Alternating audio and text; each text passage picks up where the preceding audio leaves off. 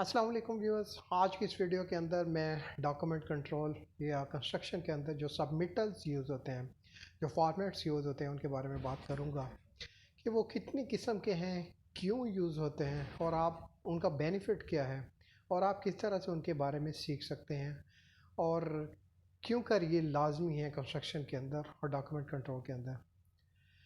सबसे पहले तो हम देखते हैं कि कौन कौन से सबमिटल्स फॉर्मेट्स जो हैं वो यूज़ किए जाते हैं। इनके नाम जो हैं वो प्रोजेक्ट टू प्रोजेक्ट डिफरेंट हो सकते हैं। फॉर एग्जांपल एक प्रोजेक्ट के ऊपर कोई अदर नेम भी हो सकता है, मिलता जुलता होगा लेकिन डिफरेंट नेम हो सकता है। फॉर एग्जांपल एक प्रोजेक्ट के ऊपर ऐसा होता है कि इंस्पेक्शन रिक्वेस्ट का नाम इंस्पेक्शन रिक्वेस्ट होता है, दूसरे के ऊपर चले जाएँ तो वर्क इंस्पेक्शन रिक्वेस्ट होता है, तीसरे के ऊपर चले जाएँ तो रिक्वेस्ट फॉर इंस्पेक्शन होता है। बट इनके फंक्शन तकरीबन ऑलमोस्ट सेम ही होते हैं। कभी कभी एक डॉक्यूमेंट सबमिटल किसी को कहते हैं, किसी को डॉक्यूमेंट ट्रांसमिटल बोल देते हैं, तो इनके ऑलमोस्ट सब फंक्शन सेम ही होते हैं। तो चलिए मैं आपको बताता हूँ कि कौन कौन से सबमिटल्स जो हैं वो यूजुअली डॉक्यूमेंट कंट्रोल के अंदर यूज़ होते हैं कंस्ट्रक्शन में।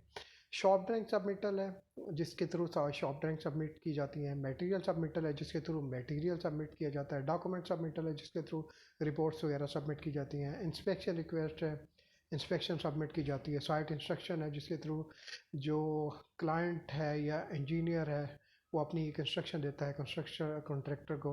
CVI होती है, कंफर्मेशन फॉर वर्बल इंस्ट्रक्शन। उसके बाद RFI, request for information. Pre qualification submittal.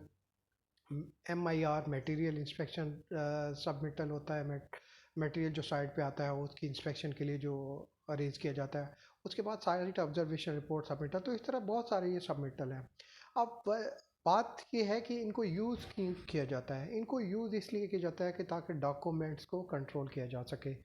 सबसे पहला तो इनका फ़ायदा ये है कि इनके ऊपर एक ख़ास किस्म के रेफरेंस नंबर दर्ज होते हैं। रेफरेंस नंबर दर्ज होने की वजह से इनको फिर लॉ के अंदर लिखा जा सकता है और इनको बेटर कंट्रोल किया जा सकता है। इसके अलावा इनके अंदर सब्जेक्ट होता है एक पूरा और उसकी डिस्क्रिप्शन होती है। तो उस सब्जेक्ट और डिस्क्रिप्शन से भी हम जान सकते हैं कि कैसे इनको ट्रेस करना है। तो एक तो ये ट्रेसेबिलिटी के लिए ये बहुत ज़रूरी होते हैं।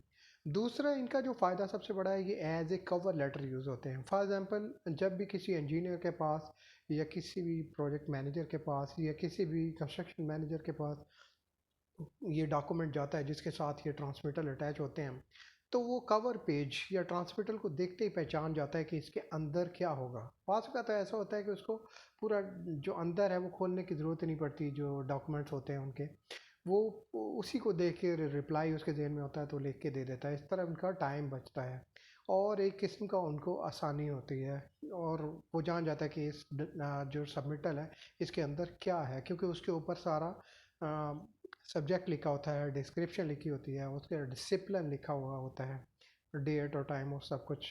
तो ये चीज़ होती है। दूसरा ये इसलिए यूज़ होता है कि इन सबमिटल के ऊपर ही कंसल्टेंट या क्लाइंट अपने रिमार्क्स लिख के कॉन्ट्रैक्टर को भेजता है। अगर कोई फॉर एग्जांपल कवर लेटर साथ अटैच नहीं है तो कंसल्टेंट या क्लाइंट किसके ऊपर अपने रिमार्क्स लिखेगा? वो ज़ाहिर है डॉक्यूमेंट के ऊपर इटसेल्फ तो नहीं लिखेगा।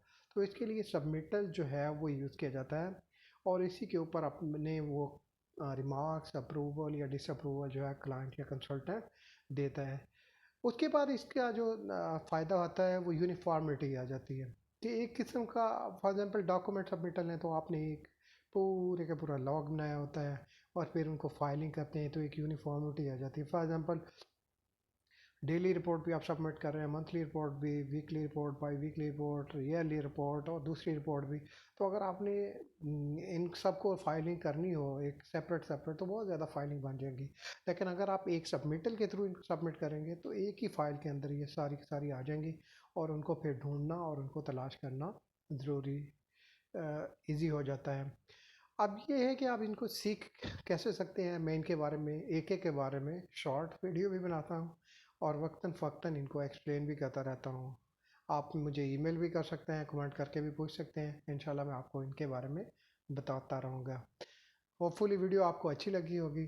Thank you for, until next video. अल्लाह हाफिज़।